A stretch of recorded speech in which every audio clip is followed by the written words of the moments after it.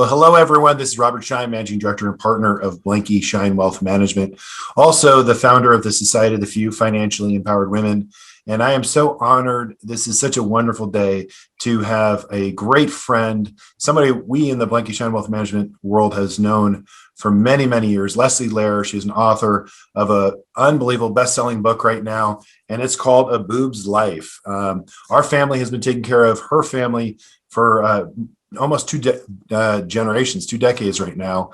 And we're just so, yeah, 3 generations, right. And so we're happy to just, have the time today. You are everywhere. Leslie, I'm going to introduce Leslie to our audience, but she's a well-known author, bestseller in many regards. But just recently with the release of this book in the month of March, the critical acclaim is off the charts. You just got off the phone with somebody in Belgium. I mean, this is international, Leslie. This is worldwide. Good Morning America and Glamour just said in March that this is a must read.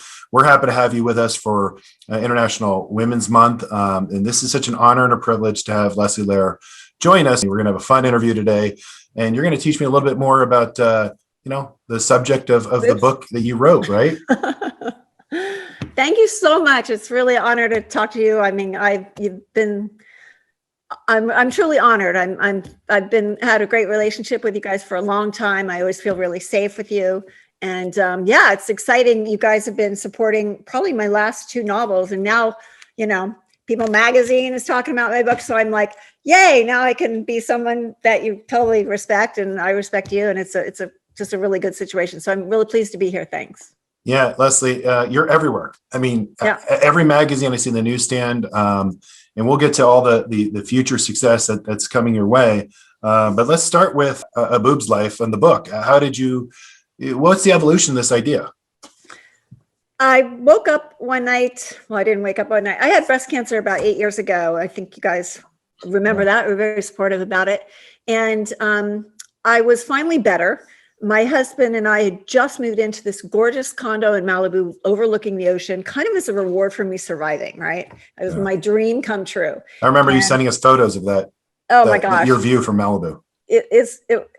Unfortunately, we don't live there anymore. We lived there a couple of years, but it was incredible. It was a penthouse. So it was 99 stairs up and the elevator was never working. So, it had its downfalls, but oh my God, it was like being in heaven. But the first night we moved in, we were all ready to celebrate and have a romantic evening. And I got out of the shower and I noticed that my boobs were crooked. And I say it a little more explicitly in the book, but I was so upset. And I knew I should be grateful to be in Malibu and to have lived, but I just couldn't believe I was so upset. And I realized of my entire life going through all these different stages of being a little girl and wanting boobs. I grew up in Ohio and, wanting to be grown up and then hiding them to get a job and showing them to date and then breastfeeding and being flat and breast implants and then breast cancer. My whole life, I just thought, shouldn't they be perfect by now? I had gone through so many surgeries and all this reconstruction. And I was so upset. And my husband accused me of being obsessed. And I was kind of insulted because I'm a woman and I believe in all good things for women. And how could I be obsessed with boobs? And so we relaxed and sat down on the bed and watched TV. And there was a late night show. It was actually Letterman's last hurrah. 38 years on the air. He's the smart comedian. And he made a boob joke right at the top. And I thought, okay, it's not just me who's obsessed. But why? Why am I obsessed? And so I couldn't sleep. Date night was off. My poor husband went right to bed and we had just moved in. So I had boxes in the other room and I started looking at scrapbooks. And the first picture I saw was a favorite picture of mine, which is in the book. 16 pages of color pictures. I was kind of embarrassed. They really wanted to show the pictures of me and my little sister and my mother, all in red bikinis. And I remember I was 3 and my little sister was 1.5 and could not keep the strip of red fabric over her nipples. And every time I look at that picture, I just crack up because it was so funny. And then I realized if I was 3 years old, when I realized how important it was to cover my breasts and that nipples were taboo. And then I remember my dad had Playboy and it was at his university. And I thought, wow, it's totally not me.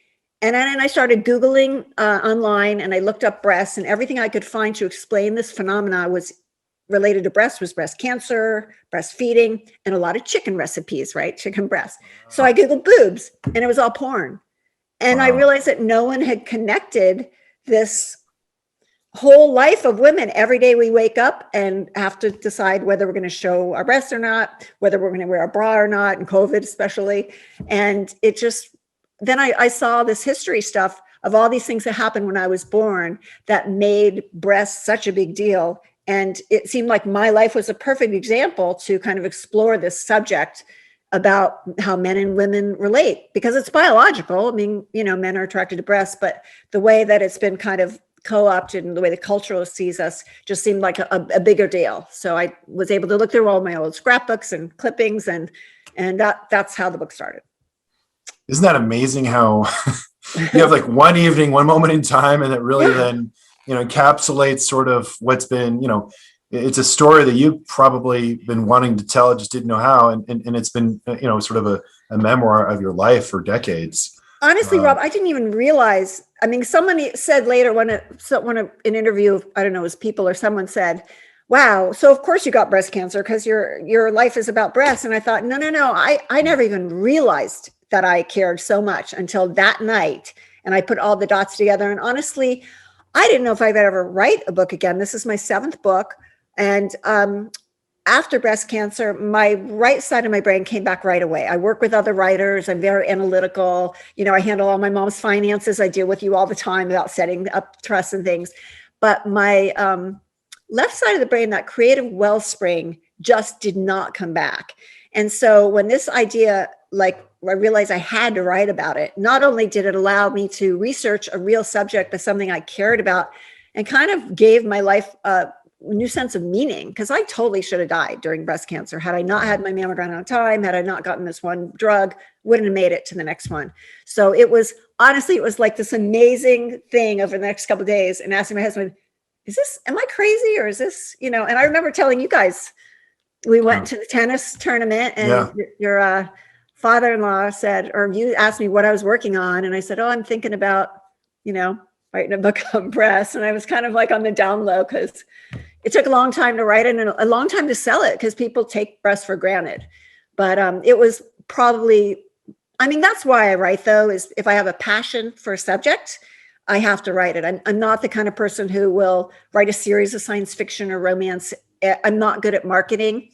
Clearly right now the marketing is happening because people are really responding, and I have good publishers. Well, it's exceptional. Yeah, it's exceptional. Well, thank you. So, but it was honestly, it was that, oh my God, this is a book. This is not only a book, this is an important book. And I'm actually talking to universities now, as well as, you know, comedy TV series coming up. So it's really hit a chord, and I'm real excited about it.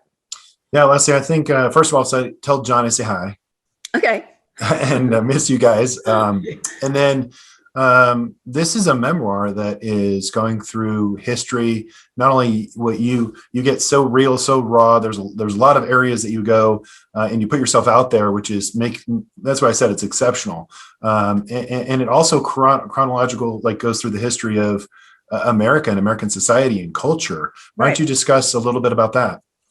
Well, it has 7 pages of footnotes, and it would have had a lot more, but I didn't want to weigh it down. So it was very tricky to talk about really personal experiences and then kind of do a cultural analysis of why did I feel like that, and what was in the newspaper, and what songs was I listening to, and how the world was and how it affected me. And turns out that when I was born, you know, I'm 60, so I was born right when Hugh Hefner started Playboy, and you know, which my dad had in binders and was out on the table at Princeton. And at the same time, TV was suddenly in every home. I mean, overnight, right? Advertising supported TV. And it turns out that men look at women's breasts within 200 milliseconds of entering the room. That's biology, because you want to have women who feed your children. And yet size doesn't matter. But because of that attraction, advertisers knew it. We were just watching Mad Men again on TV, and they put big busted women on TV. So for advertising time to sell the TV shows. And also after World War II, they actually did have some childcare centers, but then they closed them. So women would go back into the kitchen and make babies with the men returning home, even though a lot of women didn't return home and a lot of men went home injured, but more women were working than ever. So at the same time, the scientists developed baby formula. So my mother's generation did not breastfeed. So breasts weren't really for babies. They were for sex and for show. And suddenly everyone was in Playboy and women had to take their, clothes off to be in movies. And by the time it was the 80s, the FDA, thanks to the American Society of Plastic Surgery, said that small breasts were a disease. So I grew up at a time where everyone I saw who was considered beautiful had large breasts. And it made a huge impact on how I felt I needed to be. And every day, I think the life of a lot of women. And as I said, I grew up in the Midwest. It was cheerleaders and Miss America, and I would stuff my bathing suit. And, it just was this big deal. And the culture and the news and the way we look at each other's bodies, even me, when I look at women's bodies and my own body, it's really has a lot to do with how America looks at beauty. Breasts are part of the package. And America, and I've worked in Hollywood. I mean, I came out to California for college for that reason. I turned down my dad's Ivy League school so that I could come and work in Hollywood. So I'm part of the problem, not only spreading this message to the entire world, but to judge myself by it. So it was just this phenomenal. In fact, Amazon calls the book, women's history. And that's why I'm starting to talk to universities. So it's been this really interesting pop culture topic. So it's really fun because who doesn't like boobs, right? There you go. And we want to feel beautiful. So it's part of the deal. For sure. And as you know, one of the reasons why we're connected is obviously the Society of the Few Financially Empowered Women, which was my personal story, my mom's personal mission of, we very traditional family growing up. My dad worked till he was 70 years old. He took care of the finances. He came to this country in 1953 through Ellis Island. So traditional, old school. My mom raised two boys. My older brother and I were both in the world of finance. And 70 years old, my dad goes to retire, and he's going to enjoy the time with the grandkids and so on and so forth. And 4 months into it, he gets diagnosed with stage 4 cancer. And so at that moment, my dad had to go through, obviously the medical treatment, but my mom had to learn 2 languages. One was the language of medical advocate treatment for my dad, so on and so forth. And that obviously going through cancer treatment yourself. And secondly, the world of finance, estate planning, taxation, and in the world of just wealth management. And that was completely overwhelming as I saw her go through this. Now, my mom's extremely bright, brilliant, better investor my dad ever was. And as she was there for my dad, and he eventually passed. But my mom had, both my brother older than I and myself in the world of finance. So she already had the built-in sort of partnership to help her every step of the way. And what I realized was that's why I created the Society of the Few Financially Empowered Women, is because it's a community of education, support, and ultimately confidence. Because, as your book goes through the history of culture in America, my mom was going through this and she had us to help her through this. But then I look at this, my son and I are minorities in sorority, as you know, and we have 4 beautiful teenagers, my wife and I, and 3 of them, our 3 oldest are daughters. So I have a senior, a sophomore, and a freshman now. And they're strong, independent, wonderful women that are taking over the world, as they should. Over 57% of college graduates are women, and 58% are the graduate degrees, and so on and so forth. And over 50% of the money around the world right now is controlled by women. But I don't know if you knew this, Leslie, that in 1974, women still couldn't get, prior to 1974, women couldn't get their own credit card independently. My mom is the same way. My parents divorced in 1974, and my mom could not get a credit card. She could not, and she had bought her own car. She was always working. She was a college professor, PhD. And it was, but even when I got divorced 14 years ago, my credit that I had established went to my husband, my ex, and I had to start completely over, and I couldn't even change my name. No one believed it. I couldn't change my accounts. It's women have really been held back that way. And I think, and it is true. 51% of people in America are women. And so for me, a challenge of not knowing how to handle money. And in fact, my younger daughter's probably going to call you soon. I just gave her your number yesterday. Sure. My older daughter works for Adobe. She's doing great and will definitely need some help managing it as well. But for me, the really important thing about, women's rights and being paid equally is that men are also, and as you know, my ex killed himself a couple of years ago, and he had a lot of issues. He's a Vietnam vet, but he was also pressured because of the responsibility of having to take care of the family that in certain ways can be a lot. And even, especially now with COVID, men traditionally have make more money. And so they're the ones who are doing all the work. And so the women who make less money are having to do all the housework and their jobs and the kids. Multiple hats. And until women and men both have the opportunity to make the same money and there's childcare out there, we're wasting a lot of brain power and we're pressuring both men and women in these roles that make them unequal. The person making the money gets to call the shots because they're putting the food in the mouths, and yet the women who are actually literally feeding the kids,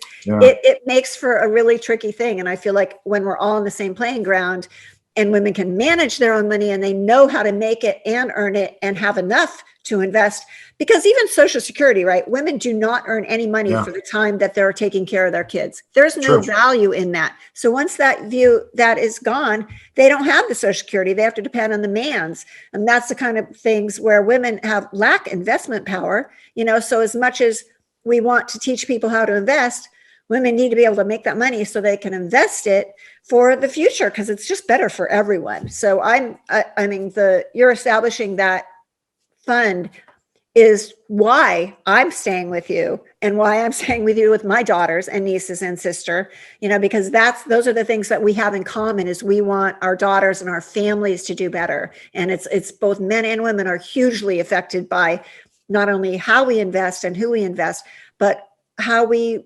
manage our, the different ages of people in the family and different kinds of funds. And women really, when like your mom, wow, that had to be really scary. And you guys were really smart to go into finance. I wish my family would have had that aptitude, but it's just a really hard skill. And I handle my mom's, money as well. And then it's a constant catch up of, things are changing. It's always changing, different laws, how to invest. But so that's a huge part of why I've stayed with you and will continue to do so, because has nothing to do with so many other things going on. It has to do with how families survive and continue for other generations.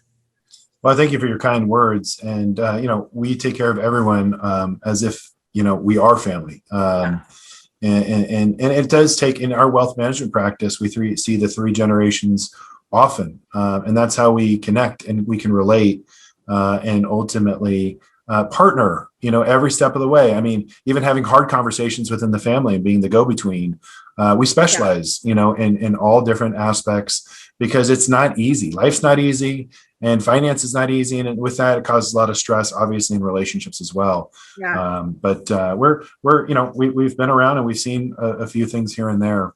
And, again, like I said, I have 3 daughters. I have 7 nieces. I don't know if you knew that, Leslie. No, but there's a lot of responsibility. All about girls, but boy, you got it. Yeah. So my son and I, we just shut up and listen and take great care. That's all we got to do. Yeah. Because we'll be taking well cared for it as well. So let's get back to the book itself and tell us some exciting stuff as it relates to what did you learn? What do you want to share? What's the message? What's the take home point for our audience? There's a couple of take home points. One is, lack of judgment. I don't want women to judge other women. I don't want us to judge ourselves. There's a body positivity trend, like on social media. It's not a trend. And the problem is it's kind of the tip of the iceberg. We think, everyone knows that everyone's equal, whatever their, color, race, size, beauty. And yet that's just kind of how the publicity is. In real life, we still, and I'm just as guilty, judge other people by how they look and their body shape and beauty. Breasts are really a part of it. And I am hard on myself too. And even like I know someone who spent people with breast cancer spend years getting their bodies back because breasts are so important to our identity. It's part of the beauty package. And I think that if we know how we're being treated and seen, so I would like to have a no judgment zone. That's one big message.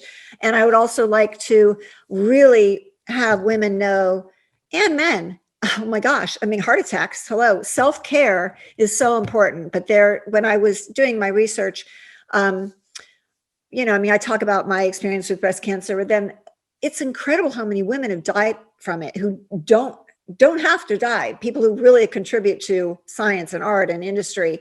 And the thing is that there is actually a trigger. I mean, no one even talked about breast cancer. It was the women's disease because it's shameful for a part of our body that is created to nurture next generations to be the part that's under attack. And yet that responsibility contributes to stress that lowers our immunity. And there's a ATF3 gene that was discovered that actually is a chemical trigger to breast cancer that's caused by stress. So women need to be able to ask for help, and men need to be, helping, because when women go down, we all go down. True. And stress and the responsibility of caretaking is huge. So I really want women to know that self-care isn't selfish. It's that put the life, the oxygen mask on yourself first. It's a matter of life and death, and it really makes a difference for our families. So those are two of the messages. And I also just want people to, enjoy themselves and not be so harsh on each other. So there's a lot of different messages in this book. And obviously it's also a very fun thing, which is why Salma Hayek is making it into a comedy series for HBO Max. Tell me more about that. That's exciting. Well, it's very exciting. And clearly the book is the whole story, but I'm executive producer of the series, so I will have a say. That's awesome. Yeah, I know, it's great. And the main character is named Leslie, and her boobs are going to talk. Wow. And clearly my boobs don't talk, but if they did, I'm pretty sure I know what they would say. So okay. Yeah, I think they're going to be kind of the alter ego, and it's going to, as far as I know right now, the pilot is being written right now. There's a lot of stages to go. And if it gets greenlit into series, it's going to be really fun. It could go for a long time. And it won't be about, they're definitely coming in for the comedy, but it purposely not on a network. It's going to be HBO Max, because then we can go into much more complex and fun kind of things. And honestly, between you and me and whoever's listening, I just said, as long as you make my mom pretty and smart, I'm good with it. So, and she is. That's awesome. As she is. Yeah, absolutely. Well, that's so exciting. That's really encouraging. I would say that going through your book, page 315 is very, something you might want to highlight at some point in time. Why don't we talk about page 315? Okay. Well, that is this page that features you and your father-in-law. So we made a book. You made the book. The first book we've made, and we're in this book. The funny thing is, I remember when I started the book, I knew I was writing the book, but it took a long time to sell because people take boobs for granted. I even had to get a new agent. People were like, maybe it's a magazine article. Now, clearly it's many, many, many, many articles. But I remember going to that fabulous, the tennis event. Yeah. In fact, I think it was the year, my now husband proposed to me like the night of one of those tennis that events. Weekend. Yeah. This was a year, I think my mom was sick and I was in the desert. It may have been the time I was in there to take care of her, and I came over for a while, and I was talking to your lovely wife and you and your father-in-law, and you said, "Oh, what are you working on now?" And I said, "Well, I'm thinking about writing a book on breasts." And should I say what he said? Oh yeah. Spoiler alert. Your dad said, "Oh, do they get bigger as the book goes along?" And I said, "As a matter of fact, they do." And it was the most funny thing. It was like, okay, I'm totally for sure writing this book, and I'm putting that in the book. And then I think when I got to writing that part, I sent you the samples, but this book took a while. I started it in 2015.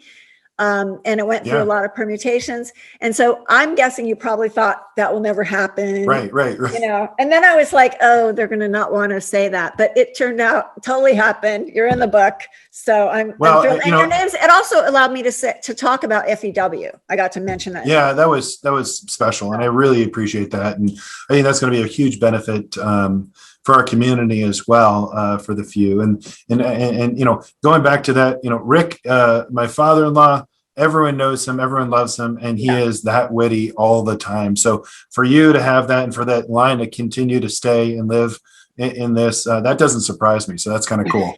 Yeah, it's pretty fun. That's kind of cool. I went right back to my mom and said, "You'll never believe what Rick said." She's like, yeah, I do. Yeah, because it's funny. How can it Yeah. not be funny? It Yeah. is. That's It's exceptional. true. Yeah. So what we're going to do is next year, a couple of things on the horizon. We're going to have the Confidence Summit, Women, Wealth, and Wellness.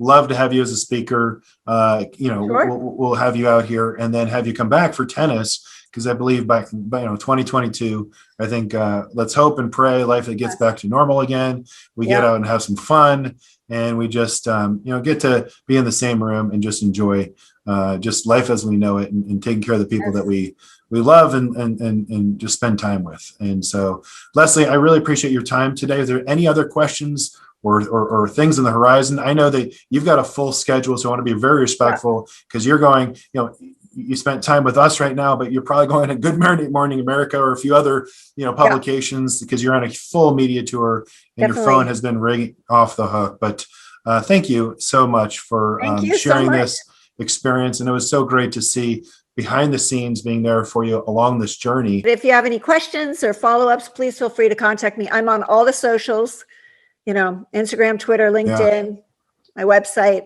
But there's a great book club out here, and it is. I'll hook you up there. We'd love to have.